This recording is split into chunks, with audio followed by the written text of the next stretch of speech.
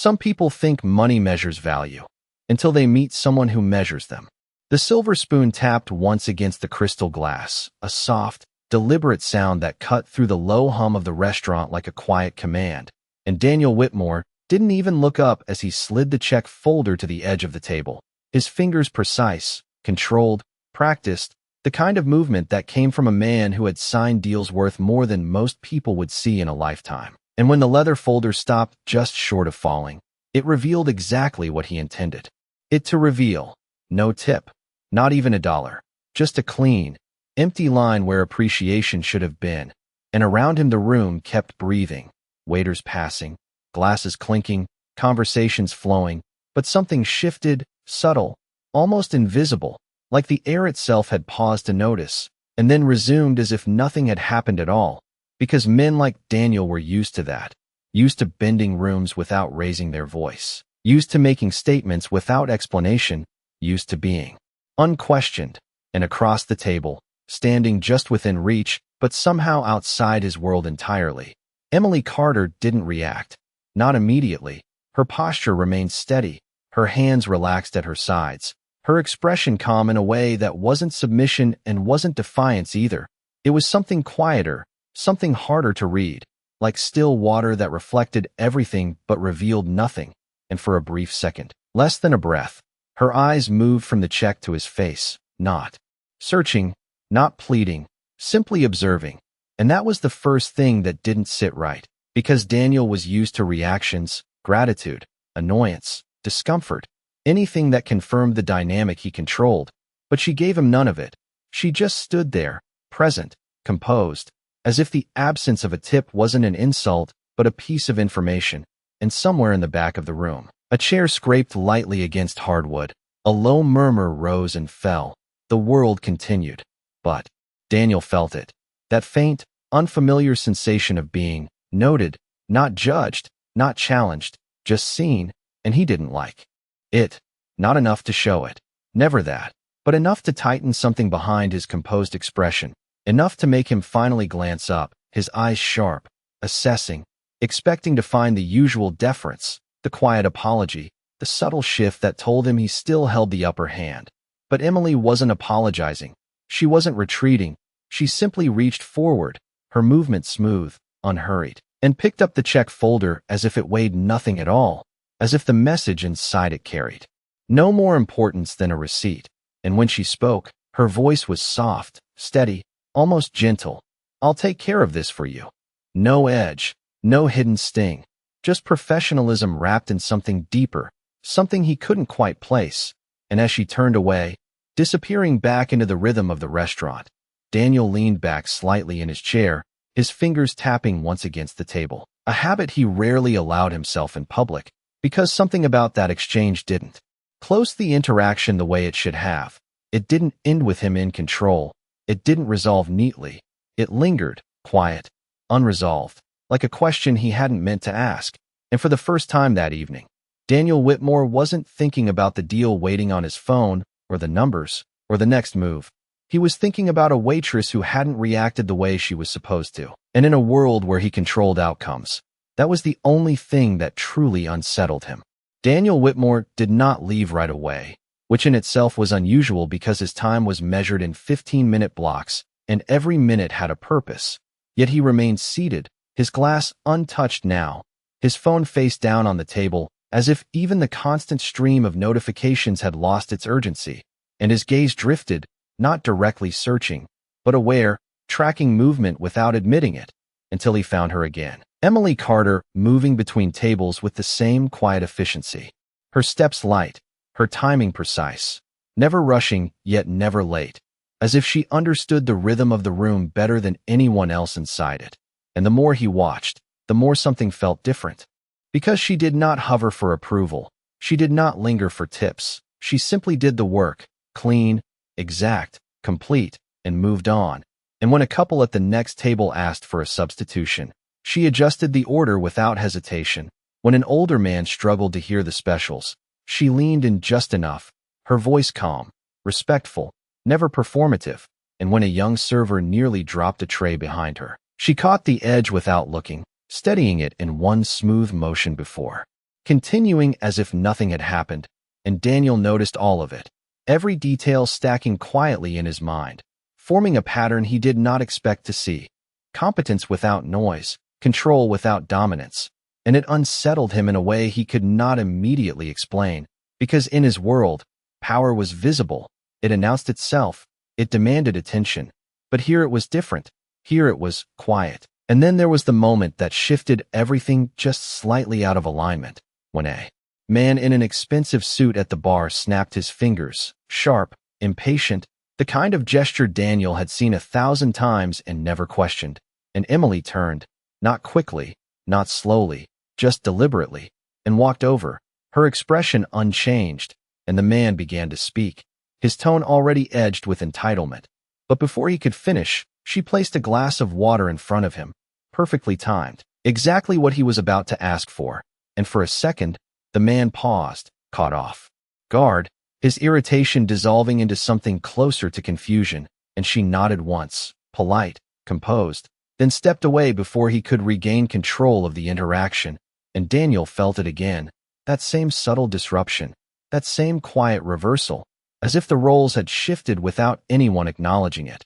And he leaned back slightly, his fingers pressing together now, not tapping this time, just still, thinking, because this was no longer about a missing tip, it was about something else entirely, something he could not reduce to a transaction or categorize into profit and loss. And when Emily finally returned to his table, not with urgency, not with hesitation, but with the same measured calm, holding the check folder once more, Daniel looked up at her fully this time, his eyes narrowing just slightly, not in anger, but in focus, as if trying to solve a problem that refused to present itself clearly, and she placed the folder down in front of him, aligned perfectly with the edge of the table, her movements exact, intentional, and for a brief moment, their eyes met again, and there it was, unmistakable now, not challenge, not submission, but awareness, as if she had already seen the outcome of something he had not yet understood, and Daniel, for the first time in a very long time, hesitated before reaching forward, because something told him that whatever happened next would not follow the rules he was used to winning by. Daniel's fingers finally moved, slow this time, not with the automatic certainty he carried into every negotiation, but with a measured hesitation that did not belong to him. And when he opened the check folder, he did not look at the numbers, not immediately, because something else caught his attention first. A single line written in clean, deliberate handwriting across the inside corner of the receipt, small enough to be missed by anyone who was not looking, but placed exactly where it could not be ignored. And for a brief second, he simply stared at it, his mind registering the shape of the words before the meaning settled in. This table has been observed. And the room did not change. The conversations continued. The soft music played on. Glasses met softly in distant toasts. But for Daniel, everything narrowed, focused, as if the world had stepped back half an inch and left him standing alone with that sentence. And his first instinct was dismissal, a faint, almost smile, touching the edge of his expression, because he had seen clever gestures before, subtle attempts to provoke a reaction, to create significance where there was none, but this felt different, not playful, not sarcastic, not emotional, just factual. And that was what unsettled him, because facts did not argue, they did not seek approval, they simply existed, and he leaned back slightly, the leather chair giving a soft creak beneath him, his eyes lifting from the receipt and scanning the room again. But now the perspective had shifted. Now every movement seemed sharper, every glance more intentional. The servers moving in quiet coordination, the manager standing near the entrance with a posture that suggested awareness rather than supervision. Even the spacing of the tables, the timing of service, the way no one interrupted unnecessarily. It all began to feel less like routine and more like design, and Daniel was not used to being inside systems he did not control, not used to being part of something he had not already calculated. And when his gaze found Emily again, she was not looking at him, not directly, but there was a precision to her movement, a sense that she knew exactly where he was without needing to confirm it.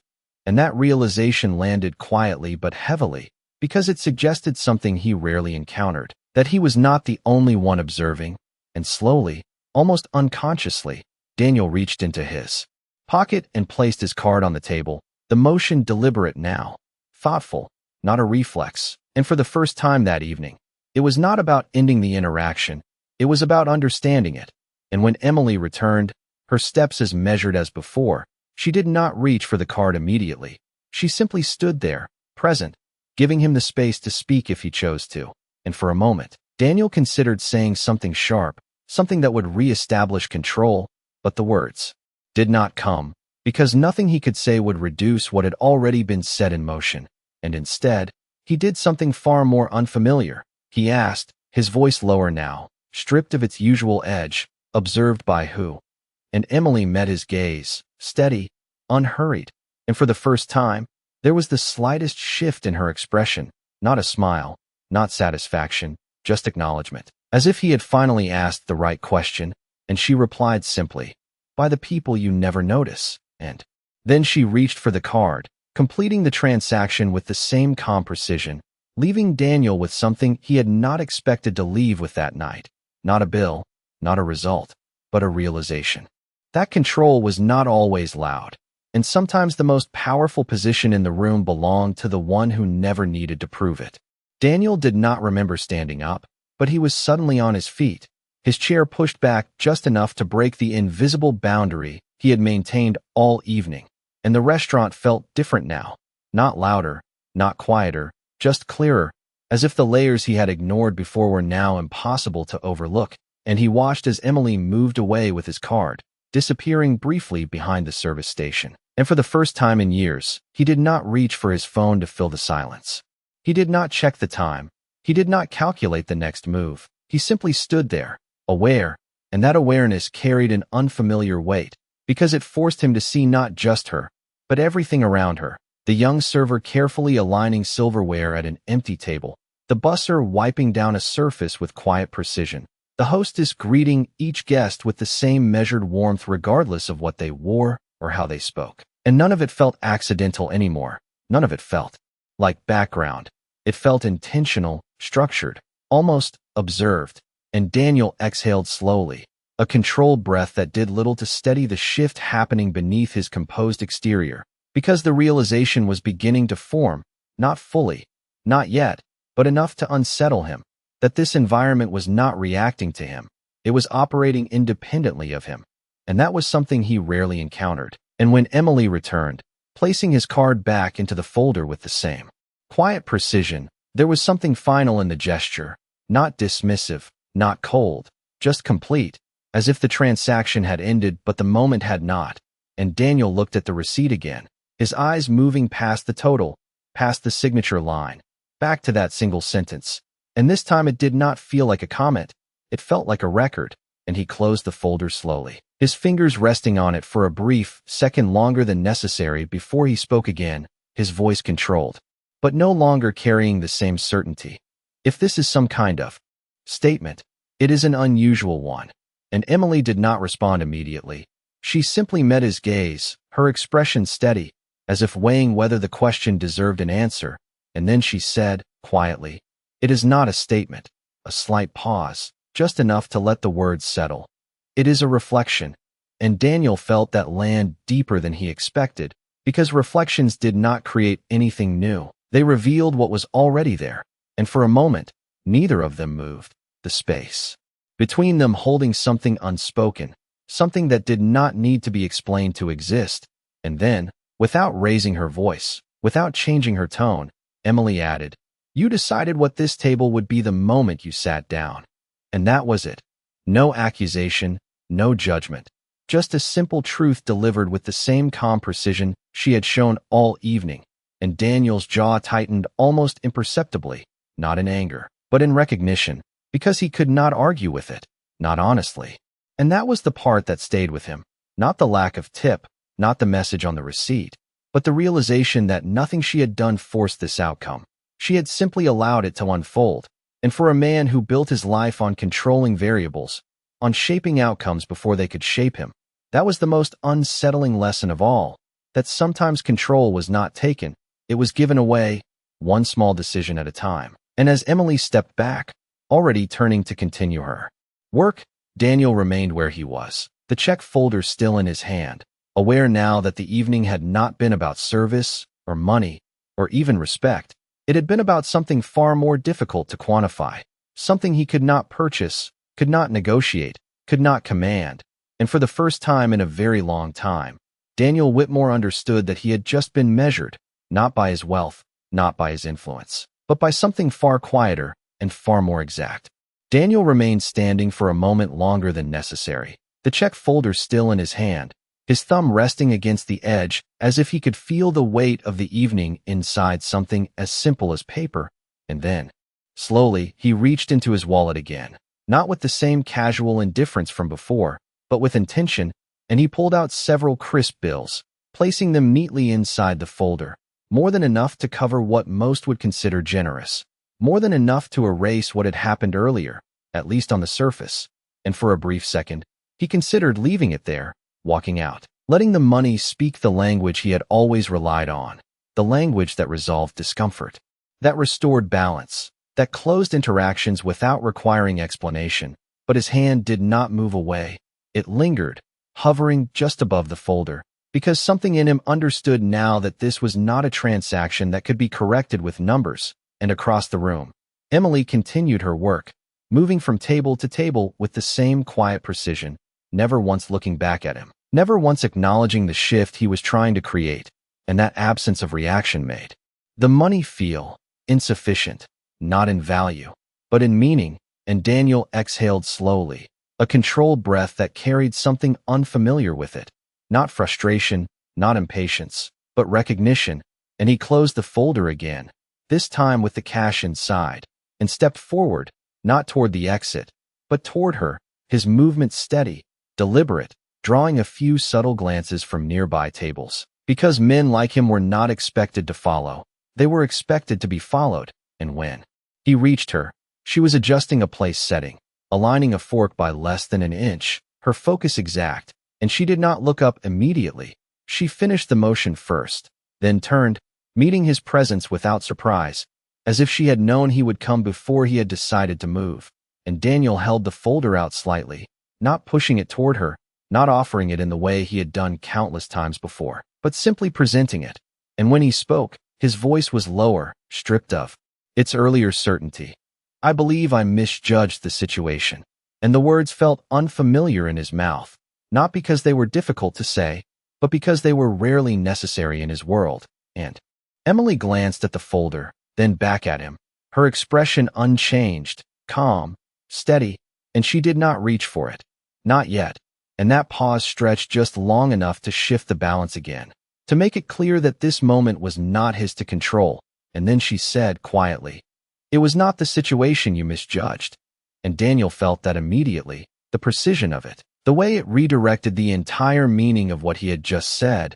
And he held her gaze, waiting, because now he understood that silence here was not emptiness, it was space. And she filled it with one more sentence, just as measured as the first. It was the people in it. And for a moment, Daniel said nothing, because there was nothing immediate to defend, nothing to negotiate, only something to absorb. And he nodded once, a small movement, but deliberate.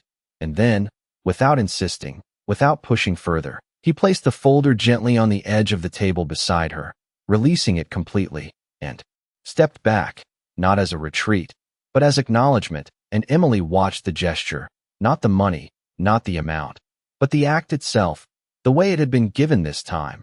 And after a brief second, she picked up the folder, opened it, and saw the cash, neatly arranged, untouched by urgency or pride. And she closed it again just as calmly, lifting her eyes to meet his once more, and said, "This does not change what happened." Her tone even, not dismissive, not harsh, simply true. And Daniel nodded again, slower this time, because he understood now that the lesson was not something he could undo. It was something he had to carry, and for the first time that evening, he did not try to change that. The space between them did not close. It settled, quiet and deliberate, like something that had found its final shape without needing to be forced. And Daniel stood there for a moment longer, not searching for another argument, not reaching for another explanation, because for the first time that evening, he understood that anything he added would only reduce what had already been said.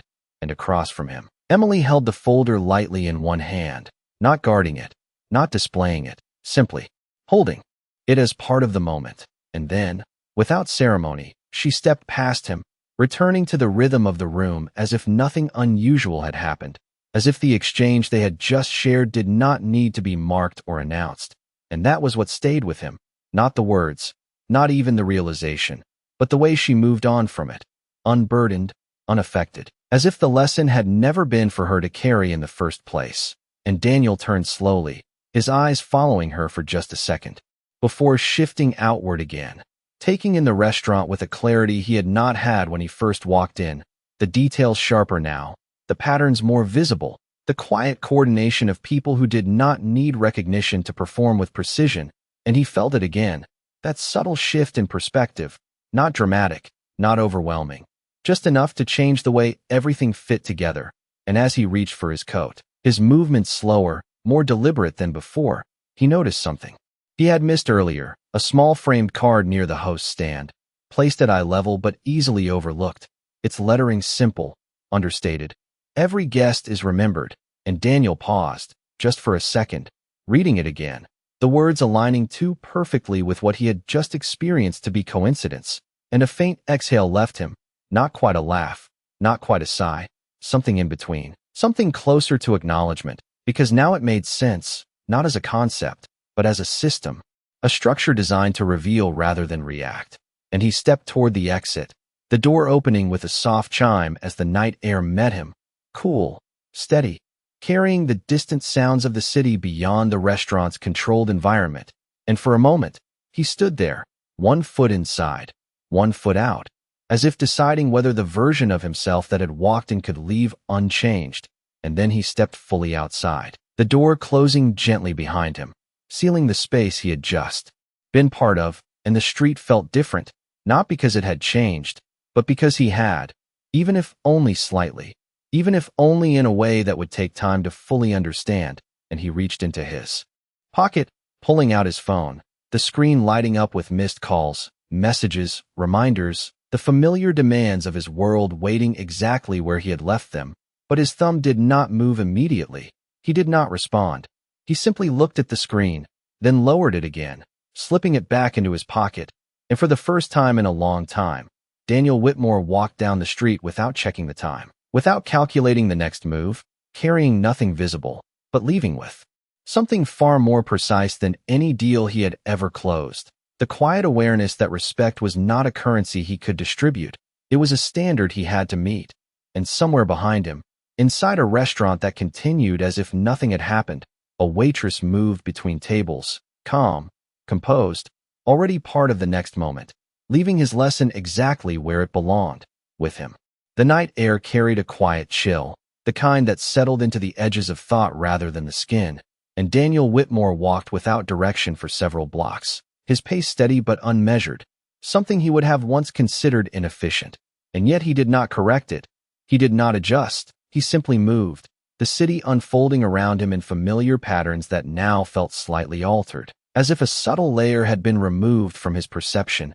And when he finally stopped, it was not at his car, not at his office, but outside a small corner cafe, its warm light spilling onto the sidewalk, its windows slightly fogged from the contrast between inside and out. And for a moment, he stood there, looking in, watching people he did not know engaged in conversations that had nothing to do with him. And something about that felt grounding, not in a way he could easily define, but enough to draw him forward. And he stepped inside, the soft bell above the door announcing his presence in a way that felt almost understated compared to the environments he was used to commanding. And no one turned immediately, no one paused. The room did not shift for him. And he noticed that, not as an insult, but as a difference. And he approached the counter, where a young barista looked up with a simple, genuine expression. "What can I get for you?" No recognition, no calculation, just a question. And Daniel paused, not because he did not know what he wanted, but because he was not used to answering without expectation. And after a brief second, he said, "Coffee, black," his voice even, and the barista nodded, already turning to prepare it. No delay, no extra attention, just efficiency. And Daniel stepped aside, waiting, and as he did, he watched again, the same way he had started to. Inside the restaurant, noticing the rhythm, the quiet exchanges, the way people moved without needing to assert themselves. And when the coffee was ready, the barista set it down with a small nod. "That will be $3. And Daniel reached into his wallet, pulling out a bill, placing it on the counter, and this time, he did not hesitate. He left more than the amount, not as a correction, not as a statement, but as a choice made without calculation, and the barista glanced at it briefly, then back at him, offering a simple, "Thank you."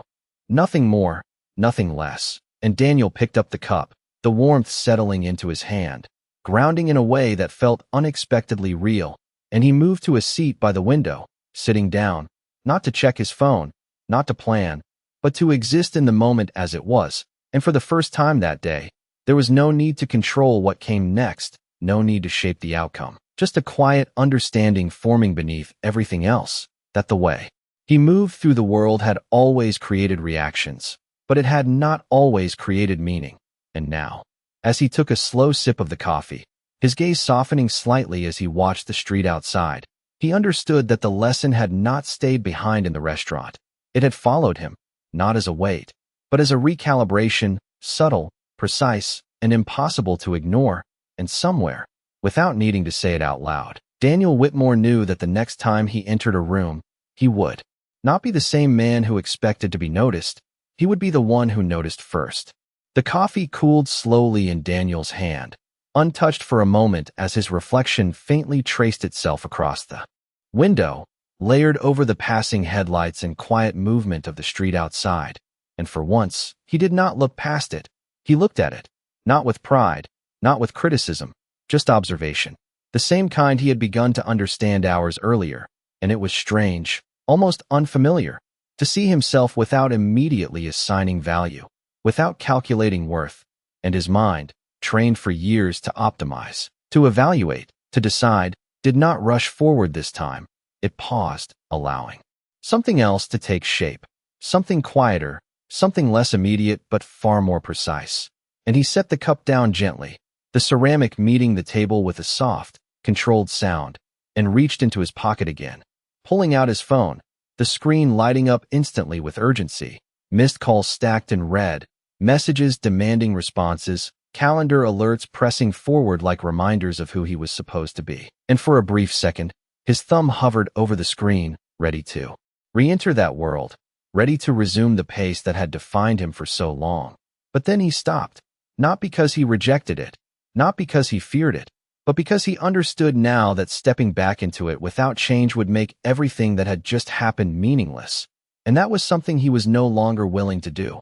And so instead of opening the messages, he opened something else, a simple contact list, his eyes scanning names he had collected over years of transactions, partnerships, negotiations, people tied to outcomes, to results, to measurable success. And for the first time, he noticed how few of those names carried any memory beyond utility, how few of them represented anything that could not be replaced. And he closed the list slowly, not with disappointment, but with clarity. And when he stood, leaving the half-finished coffee behind, he did so without rushing, without the usual sense of urgency that had always driven him forward.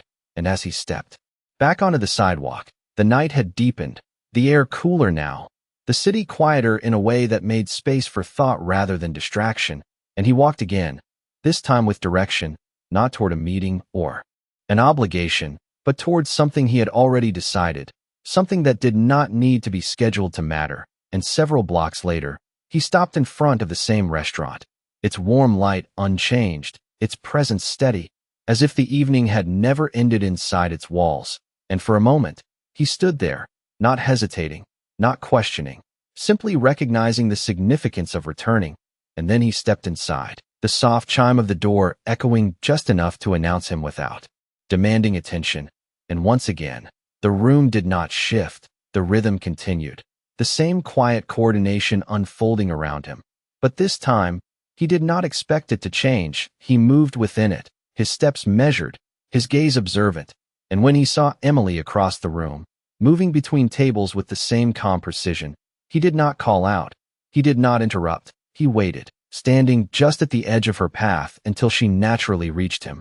And when she did, Her eyes met his without surprise, without curiosity, just awareness.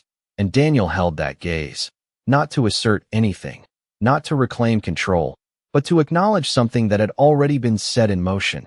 And when he spoke, his voice carried no trace of the man who had first sat at her table hours earlier. I came back. And the words were simple, but they held something more than explanation. They held intention. And Emily studied him for a brief second, not judging, not testing, simply seeing, and then she gave the smallest nod, not approval, not validation, just recognition, as if to say that returning was not the point, understanding was. And for the first time, Daniel Whitmore did not need to add anything more. The restaurant had not changed, but Daniel had, and that difference settled into the space between every movement, every glance, every quiet exchange unfolding around him. And as he stood there, no longer at the center of anything, just part of the room, he realized that this was the first time he had entered a place without expecting it to adjust to him. And that realization did not diminish him, it clarified him. And across from him, Emily waited, not impatient, not curious, simply present, giving him the same measured attention she gave every table, every person, no more and no less. And Daniel nodded once, a small gesture, but deliberate, before speaking again, his voice steady, stripped of the need to impress. I did not come back to fix anything. A slight pause, just enough to let the words stand on their own. I came back because I understood something I should have known already. And Emily listened, her expression unchanged, not encouraging, not dismissing, just allowing the moment to exist without interruption. And that made it easier, not harder, for him to continue, because there was no performance here, no expectation to meet, only truth to speak. And he added, quietly, respect is not given after the fact, it is shown in the moment. And for a brief second, the space between them held that sentence, not as a conclusion, but as recognition. And Emily's eyes softened just slightly, not in approval, but in acknowledgement, as if the lesson had reached its intended place without needing to be repeated. And she gave a small nod, the kind that did not reward, but confirmed. And then she said, most people never come back. Her voice calm, observational, not a compliment, not a criticism, just a fact. And Daniel allowed himself the smallest hint of a smile, not for her, not for the room, but for the understanding itself, because he knew she was right. He knew that the version of him who had walked in earlier would not have returned, would have dismissed the moment, reduced it, explained it away, but that version no longer fit as precisely as it once had. And he glanced briefly around the room again, taking in the quiet system he had once ignored, the people he had once overlooked, and this time, there was no distance between him and them, only awareness. And when he reached into his pocket again, he did not pull out money, he pulled out something smaller, something simpler, a business card, and for a moment, he looked at it, then back at her, and instead of offering it as leverage, as opportunity, as he would have before, he placed it gently on the edge of the table beside her, not pushing it forward, not attaching any expectation to it, just leaving it there as a possibility. And he said, if you ever choose to leave this place, and only if you choose, I would value your perspective. And the wording mattered, the absence of assumption, the presence of respect. And Emily looked at the card, then back at him, her expression still calm, still unreadable in the way that came from knowing her own worth without needing it confirmed. And she did not pick it up immediately. She simply said, I already have a place. And Daniel nodded, not surprised, not challenged, just understanding, because this had never been about offering something she lacked. It had been about recognizing something he had missed. And after a brief second, Emily added, but I appreciate the way you offered. And that was enough. Not acceptance, not rejection, just acknowledgement. And Daniel inclined his head slightly, a gesture that carried more weight than any transaction he had made that day. And then he turned, not abruptly, not hesitantly, just naturally, and walked toward the door, the soft chimes sounding again as he stepped into the night. And this time, there was no pause, no question of who he was when he left, only a quiet certainty that something fundamental had shifted, not loudly, not dramatically, but in a way that would shape every room he entered from that moment forward. Because respect, he understood now, was never about what you could afford to give. It was about what you chose to see, and that was a standard no amount of money could replace.